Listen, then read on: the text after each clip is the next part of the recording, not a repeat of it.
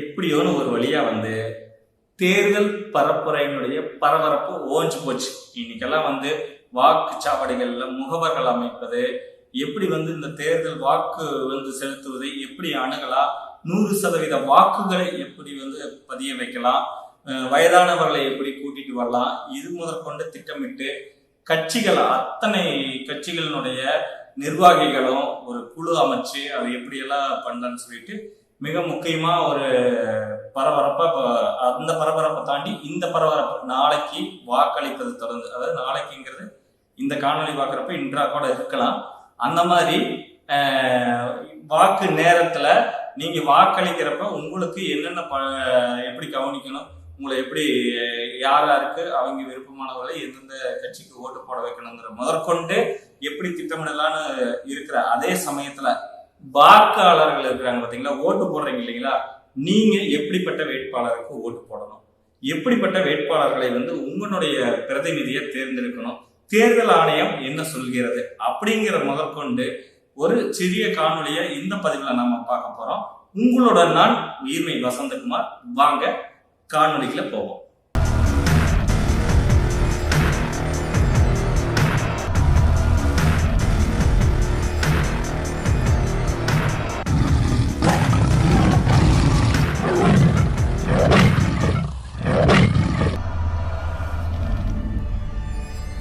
தாய் தமிழ் உறவுகள் அனைவருக்கும் அன்பு வணக்கம்.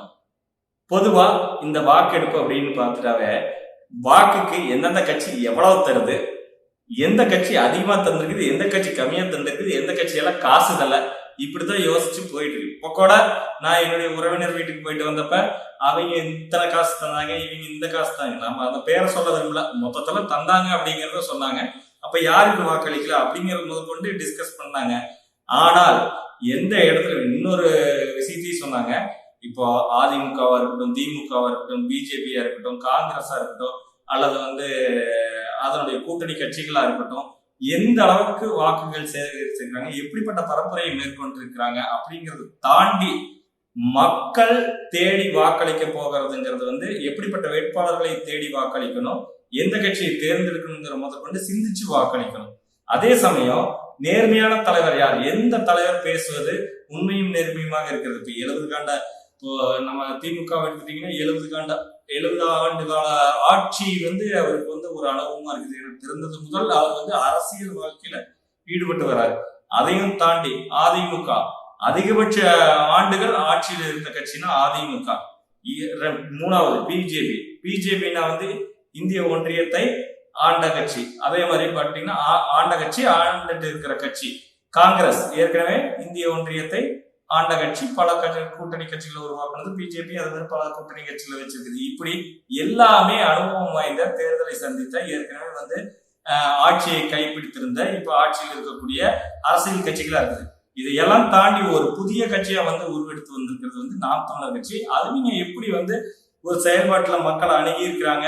ஏன் அப்படின்னா இங்க ஓட்டுக்கு பணம் தராங்க, அந்த பணம் எங்கிருந்து வருது அப்படிங்கிறது ஆண்ட கட்சியா இருக்கட்டும், ஆண்டுட்டு இருக்கிற கட்சியா இருக்கட்டும், எதா இருந்தாலும் அந்த பணம் யாருடைய பணம், எப்படி சம்பாதித்தாங்க, எங்கிருந்து வருதுங்கிறது மக்களுக்கு தெரியும். அதையும் தாண்டி இங்க இருக்கக்கூடிய நேர்மையான தலைவர்கள்ல நிறைய மக்களை சொல்லக்கூடிய தலைவரா நாம் தமிழர் கட்சியினுடைய மாநில தலைமை ஒருங்கிணைப்பாளரா அண்ணன் செந்தமிழன் சீமானை முன்னிறுத்துறாங்க.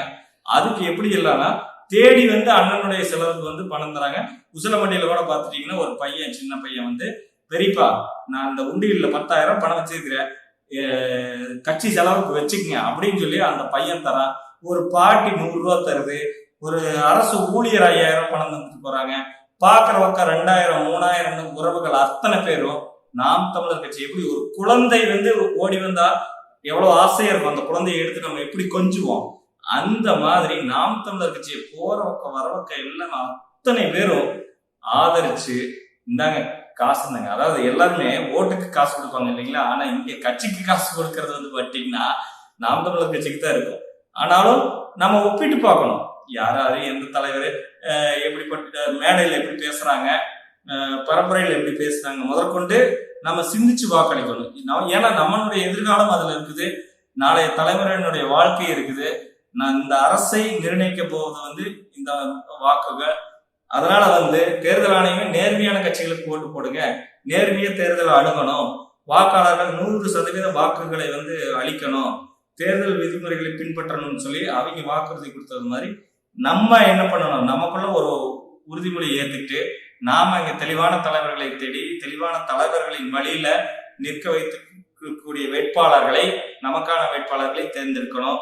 படித்த வேட்பாளர்களா, இவங்க என்ன செய்வாங்க, ஆல்ரெடி கட்சி ஆண்ட கட்சியா இருந்தாலும் சரி, ஆளுங்கட்சியா இருந்தாலும் சரி, இந்த வேட்பாளர்கள் இதுவரைக்கும் ஆண்ட கட்சியா இருந்தா ஆண்டுட்டு இருந்தப்ப இவங்க என்ன பண்ணினாங்க, ஆளுங்கட்சியா இருந்தா ஏற்கனவே சொன்னது, இப்போ ஆண்ட கட்சி இருந்தப்ப எதிர்கட்சி அவங்க இருந்திருப்பாங்க இல்லைங்களா, அப்போ அவங்களை எதிர்த்தப்ப மின் கட்டணம் உயர்வா இருக்கட்டும், விலைவாசி உயர்வா இருக்கட்டும், எரிபொருள் விலை உயர்வா இருக்கட்டும், எரிகாற்று உருளையினுடைய விலை உயர்வா இருக்கட்டும், இப்படி எல்லா பல்வேறு விதமான மக்களுக்கு அடிப்படை தேவைகளான அனைத்து விடயங்கள்ல இருக்கக்கூடிய விலைவாசி உயர்வுகளுக்கு இவங்க என்ன குரல் கொடுத்திருந்தாங்க, தொழில் சார்ந்து தனிப்பட்ட மனிதனின் பொருளாதாரம் சார்ந்து இவங்க என்ன குரல் கொடுத்திருக்காங்க, அதுக்கு என்ன சப்போர்ட் பண்ணிக்கிறாங்க, முதற்கொண்டு தற்சார்பு பொருளாதாரத்தை எப்படி மேம்படுத்தலாம், இன்னைக்கு காற்று, குடிநீர், நிலம், இப்படி எல்லா விஷயத்தையும் எப்படி பாதுகாக்கலாம், இயற்கை பாதுகாக்கலாம், அனைத்து உயிர்களுக்கான விடயங்களை எப்படி பாதுகாக்கலாம்,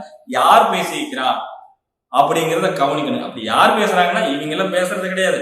அவன் பல்ல காட்டினா, இவன் ஜங்கலை காட்டினா, இவன் நட்டா, அவன் முருங்கனாட்டு பேசுறாங்க. அது நமக்கு தேவையில்லை. ஆனா தேர்தல் ஆணையம் சொல்ற மாதிரி நல்ல வேட்பாளர்களை தேர்ந்தெடுக்கணும் அப்படின்னா நாம இந்த இயற்கை சார்ந்து யார் பேசுறா, நல்ல மண் வளத்தை பத்தி யார் பேசுறா, இந்த மலை கொள்ளை போவதை தடுக்கணும்னு யார் பேசுறா, ஆற்று மண் கடத்தலை தடுக்கணும்னு யார் பேசுறா, இப்படி நாம சிந்திக்கணும். எப்படிப்பட்ட சிந்தனையா இருக்குதுன்னு பாருங்க.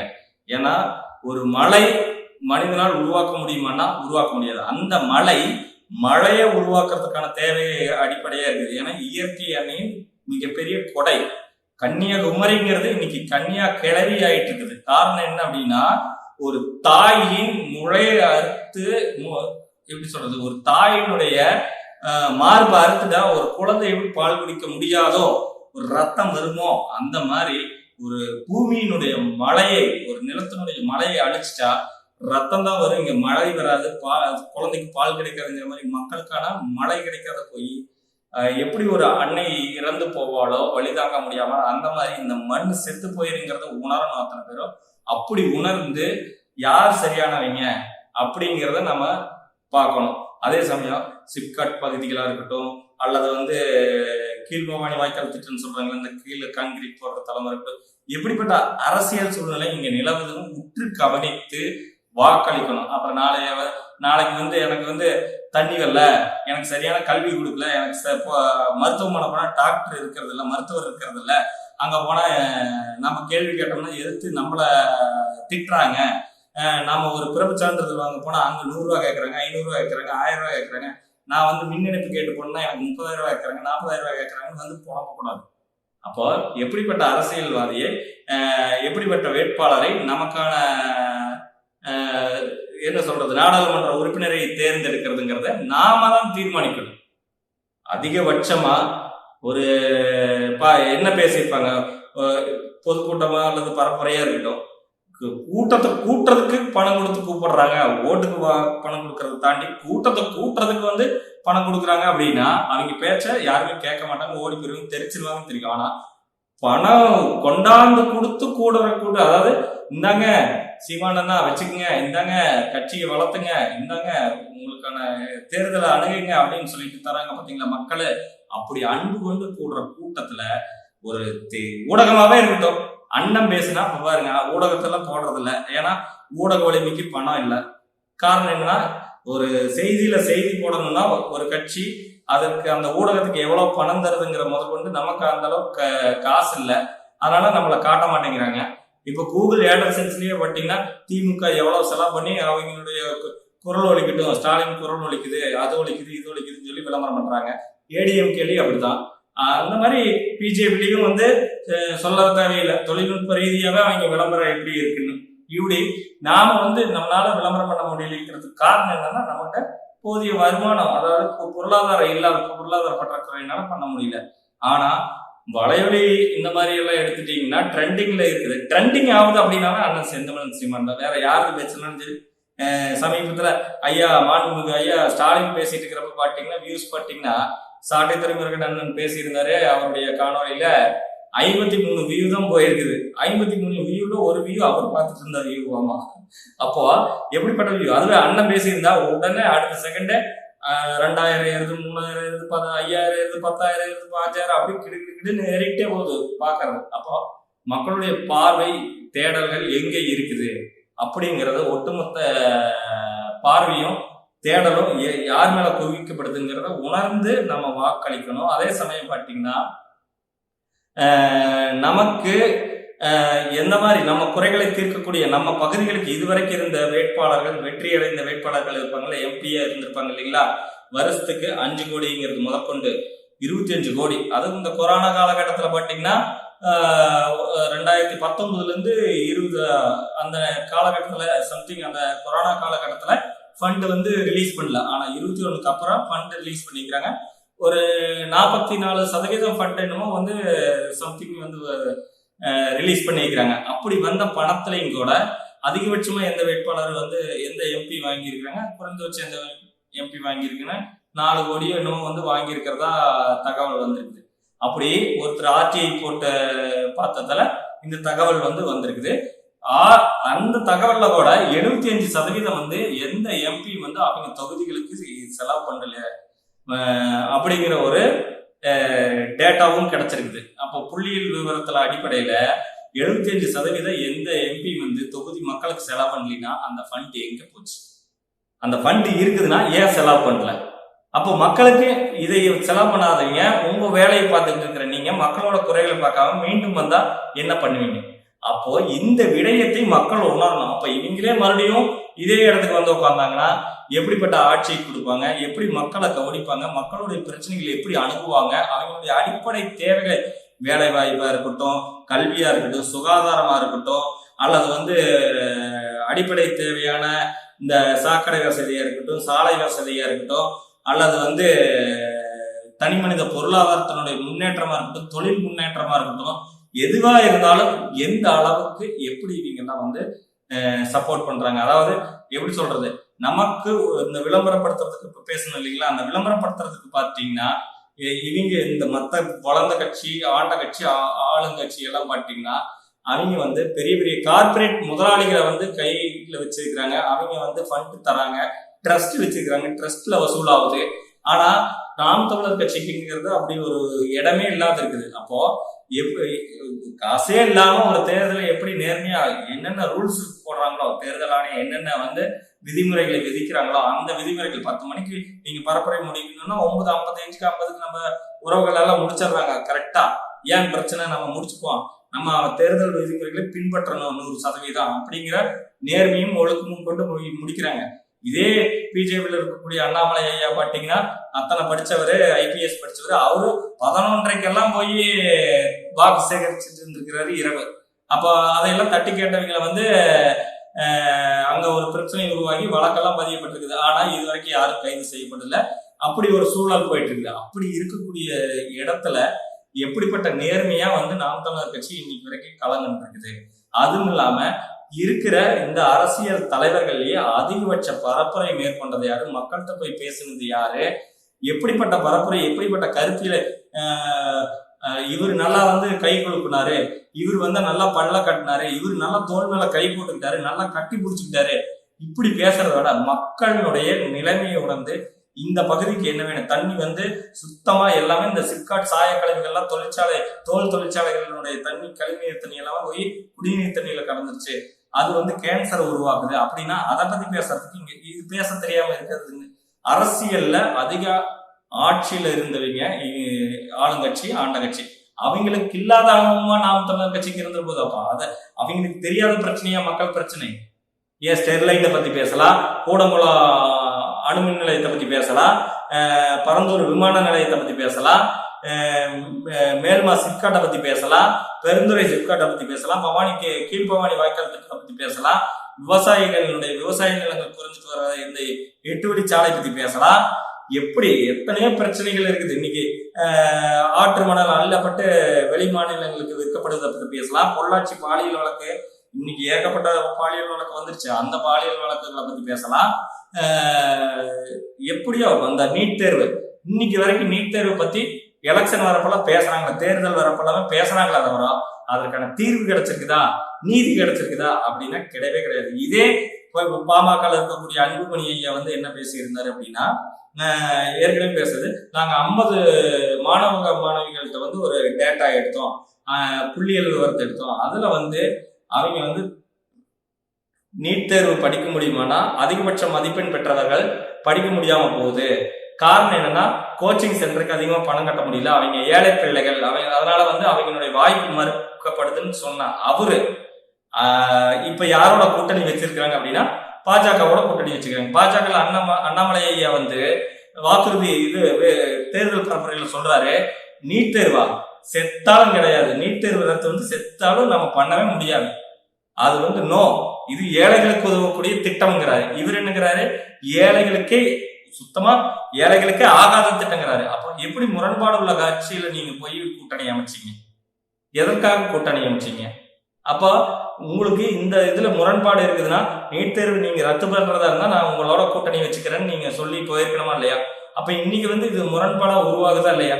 அப்ப எப்படி நாளைக்கு இந்த மக்களுக்கான சேவையை நீங்க செய்ய போறீங்க அப்படிங்கிற ஒரு கேள்வி மக்கள்கிட்ட எழுது பல பேர் தரப்புல பேசிட்டு இருக்காங்க.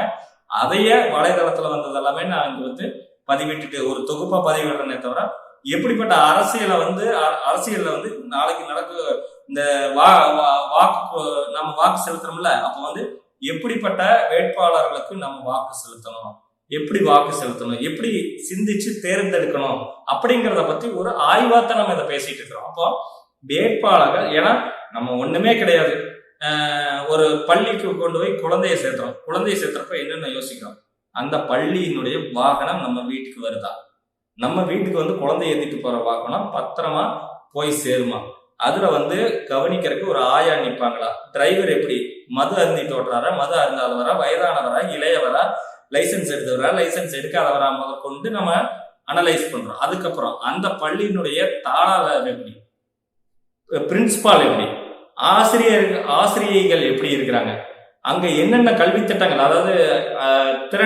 திறன் அடிப்படையில் என்னென்ன கல்வி, சதுரங்க ஆட்டமா இருக்கட்டும், நீச்சலா இருக்கட்டும், ஸ்கேட்டிங் சக்கர காலனியா இருக்கட்டும், அதே மாதிரி விளையாட்டா இருக்கட்டும், ஆண்டு விழா நடத்துறப்ப பரதநாட்டியம், பாட்டு, இப்படி எக்ஸ்ட்ரா கீபோர்டு, இசைப்பலகை எப்படி பயன்படுத்துறாங்க, கணினி எப்படி சொல்லித்தராங்க, எல்லாமே ஆய்வு பண்ணி கொண்டு போய் குழந்தைய சேர்த்துறீங்க. ஏன், அந்த குழந்தை நாளைக்கு படித்து வெளியே வரும்போது மிகப்பெரிய நல்ல வேலையில போய் உட்காந்து அதனுடைய வாழ்க்கை வாழ்க்கை முறை நல்லா இருக்கணும் அப்படின்னு யோசிக்கிறீங்க. நல்ல சம்பளம் வாங்கணும், நல்ல வேலைக்கு போகணும், அதனால இப்படிப்பட்ட பள்ளியில படிச்சாதான் நாளைக்கு நல்ல வாழ்க்கை அமையும், நல்ல வேலை அமையும் அப்படின்னு சொல்லி தேடி தேடி அலசி நம்ம ஒரு பள்ளியில நம்ம குழந்தைகளை கொண்டு போய் சேர்த்துறோம். அதே மாதிரி சேம் லைக் தட் அப்படின்னு சொல்லலாம். ஏன் அப்படின்னா, ஒரு வேட்பாளரை நீ எப்படி தேர்வு செய்கிறாயோ அந்த தொகுதியில அந்த வேட்பாளரை எப்படி மைண்ட் செட்டப் இருக்கிறாங்களோ அது மாதிரிதான் இருக்கும். அப்ப இந்த குழந்தைய பள்ளியில சேர்த்ததுக்கு நீங்க எப்படி எல்லாம் பார்வை பார்க்கறீங்களோ அந்த மாதிரி பார்வை பார்க்கணும். இந்த வேட்பாளர் படித்தவரா, இந்த வேட்பாளருக்கு எத்தனை வயது, ஒரு பிரச்சனைனா ஓடியாந்து பாப்பாரா, நம்ம தொகுதிக்கு ஏற்கனவே வெற்றி அடைந்தவங்களா இருந்தா, ஆண்ட கட்சியா இருந்தா இல்ல ஆளுங்கட்சியா இருந்தா இவங்க எத்தனை தடவை நம்ம பகுதிக்கு வந்திருக்கிறாங்க, எந்த மாதிரியான வேலை திட்டங்களை சேவை திட்டங்களை நிறைவேற்றி இருக்கிறாங்க, இல்ல நாம போய் கேட்கறப்ப நமக்கு எவ்வளவு மரியாதை தந்திருக்கிறாங்க, ஒரு அரசு திட்டமா இருக்கட்டும், ஒரு நலத்திட்ட உதவியா இருக்கட்டும், ஒரு கையெழுத்து வாங்க போறதா இருக்கட்டும், நம்மளை எப்படி அவங்க நடத்தி இருக்கிறாங்க, நம்ம போறப்ப அவங்க நம்ம கிட்ட நடந்துக்கிற விதம், பேசுற விதம், நம்மளை அனுசரிக்கிற விதம், இப்படி முதற்கொண்டு. அதே சமயம் அவங்க இது வரைக்கும் களத்துல என்னென்ன மக்கள்கிட்ட கூட நின்று மக்களுக்கான பிரச்சனையை எந்த அளவுக்கு எடுத்துக்கொண்டு போய் அந்த பாராளுமன்றத்துல நாடாளுமன்றத்துல பேசி இருக்கிறாங்க. இதை எல்லாமே நீங்க ஆய்வு செய்யணும். இதை எல்லாமே ஆய்வு செய்யாததுனாலதான் நம்ம மண் சார்ந்த, நம் நிலம் சார்ந்த, நம்ம தொழில் சார்ந்த, நம்ம பொருளாதாரம் சார்ந்த, நம்ம வேலை வாய்ப்பு சம்பந்தப்பட்ட, நம்ம கல்வி சம்பந்தப்பட்ட, நம்ம மருத்துவம் சம்பந்தப்பட்ட, நம்ம நலன் சம்பந்தப்பட்ட எல்லா பிரச்சனைகளுக்கும் இவங்க என்ன மாதிரி குரல் கொடுத்திருக்கிறாங்க, இவங்க என்ன மாதிரி நம்ம கிட்ட அணுகி இருக்கிறாங்க, இந்த சேவைகளை எப்படியெல்லாம் நமக்கு அவங்களுடைய ஆட்சியிலேயோ அல்லது ஆட்சியில் இருக்கிறவங்க கேட்டு நமக்கு பெற்று தந்திருக்கிறாங்க. அப்போ எப்படிப்பட்ட வேட்பாளர்களை நமக்கானவர்களாக தேர்ந்தெடுத்து அங்க நாடாளுமன்றத்துல குரல் ஒலிக்க செய்யணும் அப்படிங்கிறத நீங்க ஒரு பேப்பர் எடுத்து எழுதி பாருங்க. எழுத தெரியலையா சிந்திச்சு பாருங்க. சிந்திச்சு பார்த்து வாக்களிக்கணும். ஏன் அப்படின்னா சிந்திக்காத வாக்களிக்காததுனாலதான் இவ்வளவு பிரச்சனைகளுக்கு காரணமா இருக்குதுங்கிறத நம்ம கருதணும். சும்மா ஏனாதானா அவங்க 300 ரூபா கொடுத்தாங்க, அவங்க தேர்தல் கமிஷன் என்ன சொல்லுது, ஓட்டுக்கு பணம் வாங்கக்கூடாது, அது சட்டப்படி குற்றங்கிறாங்க. அப்போ நாம என்ன பண்ற, உண்மையே சொல்லுங்க பார்க்கலாம், யாருமே வாங்கலையா இல்ல கொடுக்கலையா அப்படிங்கிறது அதெல்லாம் எல்லாமே தெரியும், எல்லாத்துக்கும் தெரியும். அதெல்லாம் தாண்டி இந்த பணம் தந்தா இந்த பணம் எங்கிருந்து வருது? அப்ப இந்த பணத்தை வாங்கிட்டு ஓட்டு போட்டா மறுபடியும் இது மாதிரி பல மடங்கு நம்ம கிட்ட இருந்து பறிக்க மாட்டாங்களா? அப்போ இந்த மாதிரி வேட்பாளர்கள் நமக்கு தேவையா? நல்ல வேட்பாளர்கள் யார்? நாம தேடி போய் அந்த வேட்பாளர்களுக்கு வாக்களிக்கணும். அவங்களுடைய சின்ன என்ன, அவங்க என்ன கட்சியில் இருக்கிறாங்க, அவங்களுடைய தலைவர்களுடைய நடத்தைகள் எப்படி, அவங்களுடைய நிர்வாகிகள் எப்படி நடந்துக்கிறாங்க, மக்கள்கிட்ட எப்படி அணுகிறாங்க, ஒரு பிரச்சனையும் போய் நின்னா நமக்கு அதை எப்படி தீர்வு கொடுத்து செஞ்சு தராங்க அப்படிங்கிற மாதிரி எல்லாத்தையுமே புட்டு புட்டு வச்சு அலசி ஆராய்ந்து ஒரு ஓட்டு, ஏன்னா ஒரு ஓட்டு தான்ப்பா, அவன் மன அதிகமா கொடுத்துட்டான் ஓட்டு போட்டுப்பா அப்படிங்கிறது இல்லாம, ஒரு ஓட்டுப்பா உன் வாழ்க்கையை மாத்துப்பா, உன் தலைமுறையுமே மாத்துப்பா. நாளைக்கு இந்த மழை இல்லாத போச்சுன்னா நம்ம சொன்ன மாதிரி படத்துலதான் காமிச்சுக்கணும் குழந்தைகளுக்கு, எதிர்கால தலைமுறையில மழை இந்த மாதிரி இருந்துச்சு, ஒரு பூதம் இருந்துச்சு, அந்த பூதம் அந்த மழையை முழுகிருச்சு அப்படி கதை சொல்லிட்டு உட்கார வேண்டியதான். மழை, அந்த மழையை முழுங்கினால இந்த மழை வரல, விவசாயிகள் செத்து போயிட்டாங்க, விவசாயம் செத்து போச்சு, அப்படி நம்ம புலம்ப வேண்டியதா இருக்கும். சோத்துக்கு எங்க போவோம்? அதனால நாம் என்ன பண்ணணும், இந்த விவசாயிகளை காப்பாற்றக்கூடிய, விவசாயத்தை காப்பாற்றக்கூடிய, இந்த பூமியை காப்பாற்றக்கூடிய, இந்த நிலத்தடி நீரை காப்பாற்றக்கூடிய, இந்த அனைத்து உயிர்களுக்குமான அரசியல் பேசக்கூடிய, நம் நலம் சார்ந்த, வளம் சார்ந்த, நம் வாழ்க்கை சார்ந்த, வாழ்வியல் சார்ந்த, சூழ்நிலை சார்ந்த, இயற்கை சார்ந்த விடயங்களை யார் அதிகமாக உண்மையாக பேசுகிறார்கள், உண்மையும் நேர்மையுமா எடுத்து மக்கள் பிரச்சனைகளை எப்படி நிக்கிறாங்க, மீத்தேனை பத்தி யார் பேசுறா, அதனுடைய பிரச்சனைகளை பத்தி யார் பேசுறா, இப்படி முதற்கொண்டு நம்ம எல்லா விஷயத்தையும் எடுத்து அலசி ஆராய்ஞ்சு எந்த கட்சி நல்ல கட்சின்னு பார்த்து நம்ம வாக்களிக்க வேண்டிய ஒரு ஜனநாயக கடமை நமக்கு இருக்குது. நல்ல வேட்பாளரை வெற்றியாளராக தேர்வு செய்யக்கூடிய ஜனநாயக கடமை. சொல்ல போனா இங்க நிறைய பேர் படிச்சுட்டு எல்லாத்துக்கும் இப்ப படிக்காதவர்களுடைய விகிதாச்சாரம் குறைஞ்சு போச்சு. எல்லாமே படிச்சவங்க தான் அதிகமா இருக்கிறாங்க. எல்லாருமே சிந்திக்கணும். ஏன்னா மாற்றம் என்பது சொல்லல்ல, செயல். ஒரு மாற்றம் உருவானாத்தான் நாளைய தலைமுறை வாழ்க்கையை காப்பாற்ற முடியும்னா அந்த மாற்றத்தை நம்ம கொடுக்கணும். அப்ப அந்த மாற்றம் எப்படிப்பட்டதுன்னா இந்த ஒரு விரல் புரட்சியில் இருக்குது. அதனாலதான் தேர்தல் ஆணையம் என்ன சொல்லுது, 100% வாக்களிங்க, சும்மா வீட்டுக்குள்ள இருந்துடாதீங்க. நீங்க ஓட்டு வாக்களிக்காம இருக்கிறது ஒரு எப்படி சொல்றது, மாபெரும் சட்டப்படி குற்றம் அப்படிங்கிறாங்க. ஏன்னா நமக்கான ஜனநாயக கடமையை ஆற்றணும் அப்படின்னா இந்த ஒரு விரல் புரட்சியை நாம போய் பேலட்டு முன்னாடி நிக்கிற, இவிஎம் மிஷின் முன்னாடி நிக்கிற ஒரு செகண்ட் கண்ணை மூடி யோசிங்க, நம்ம தலைமுறை எப்படி இருக்க போகுது, அப்ப நாளைய வாழ்க்கை இந்த பூமி எப்படி இருக்க போகுது, நாளைய நம்ம குழந்தைகள் பேரன்கள் எப்படி இந்த பூமியில வாழ போறாங்க அப்படின்னு யோசிச்சு படார்னு பாக்குறப்ப நம்ம கண் முன்னாடி கண்டிப்பா நல்ல வேட்பாளர் தெரிவாரு. அந்த வேட்பாளருக்கு நீங்க உங்க ஒரு விரல் புரட்சியா இந்த ஒரு விரலை அந்த பட்டன்ல அமுத்தி ஓட்டு போடுறீங்க. ஓட்டு போடுறப்ப நீங்க அழுத்தின பட்டன்ல இருக்கக்கூடிய சின்னம் சரியானதுதானா, அங்க இதுல வரும், திரைக்காட்சியில வரும். அந்த திரைக்காட்சியை பாக்குறீங்க. அந்த திரைக்காட்சியை பார்த்து நாம இந்த சின்னத்துக்கு தான் ஓட்டு போட்டோம், அதே சின்னம் அங்க பிரிண்ட்ல வந்திருக்குதா அப்படின்னு பார்த்துட்டு தெளிவா நீங்க பார்த்ததுக்கு அப்புறம் தான் நீங்க வரணும். ஏன்னா நம்ம போட்ட ஓட்டு நம்ம சரியா நம்ம வாக்களித்த கட்சிக்கு தான், வாக்களித்த கட்சியினுடைய சின்னத்திற்கு தான் உளுந்திருக்குதாங்கிறத நீங்க அதை சரி பார்த்துக் கொள்வது உங்களுடைய ஜனநாயக கடமை. அதனால அதை சரியா பார்த்துக்கணும். அதனால வேட்பாளரை எப்படி தேர்ந்தெடுக்கணும், ஓட்டு எப்படி போடணும், ஓட்டு ஏன் போடணும், ஏன் இந்த தேர்தல் ஆணையம் சொல்லக்கூடிய தேர்தல் விதிமுறைகளை கடைபிடிக்கணுங்கிற முதற்கொண்டு நம்ம இதுல விளக்கமா பார்த்துருக்கிறோம். ஓரளவுக்கு யாருக்கு வாக்களிக்கணும், எப்படி வாக்களிக்கணும் அப்படின்னு உங்களுக்கு புரிஞ்சிருக்கும். அதனால நல்ல வேட்பாளர்களை தேர்ந்தெடுங்க, மாற்றத்தை உருவாக்கக்கூடிய வேட்பாளர்களை தேர்ந்தெடுங்க. யாரு நமக்கானவர்களாக இருக்கிறாங்க, இந்த மண்ணுக்கானவர்களாக இருக்கிறாங்க, இந்த உயிருக்கானவர்களாக இருக்கிறாங்க, இந்த பூமிக்கானவர்களாக இருக்கிறாங்க, இந்த உயிர்மை நேயத்தை போற்றக்கூடிய கட்சி எது, தலைவர் யாரு, அதனுடைய தலைவர் வழிவந்த தலைவர்னா கட்சியினுடைய தலைவர் வழிவந்த இந்த வேட்பாளர்கள் நிர்வாகிகள் யாரு அப்படிங்கிறதெல்லாம் பார்த்து உண்மையா எனக்கு தெரியும் நீங்க சரியான வேட்பாளருக்கு வாக்களிப்பீங்க. சரியான உங்களுக்கு பிடித்த வேட்பாளரை உங்களுக்கு பிடித்த கட்சியில உங்க சின்னத்துக்கு வாக்களிச்சு கண்டிப்பா நல்ல வேட்பாளரை வெற்றியாளர்களாக நிறுத்துவீர்கள் என்பது மக்கள் கடமை.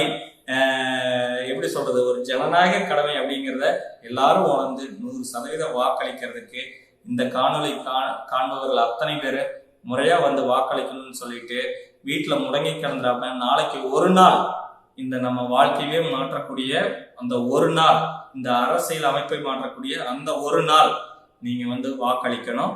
வாக்கு அளிக்கிறதுக்கு முன்னாடி ஓட்டு சீட்டு தந்திருப்பாங்க. ஒருவேளை உங்களுக்கு ஓட்டர் ஐடி இல்லை, அதாவது உங்க வாக்கு சீட்டு அந்த இதுல வந்து சீட்ல வந்து உங்க பெயர் விடுபட்டிருக்குது அப்படின்னா 49A சொல்லி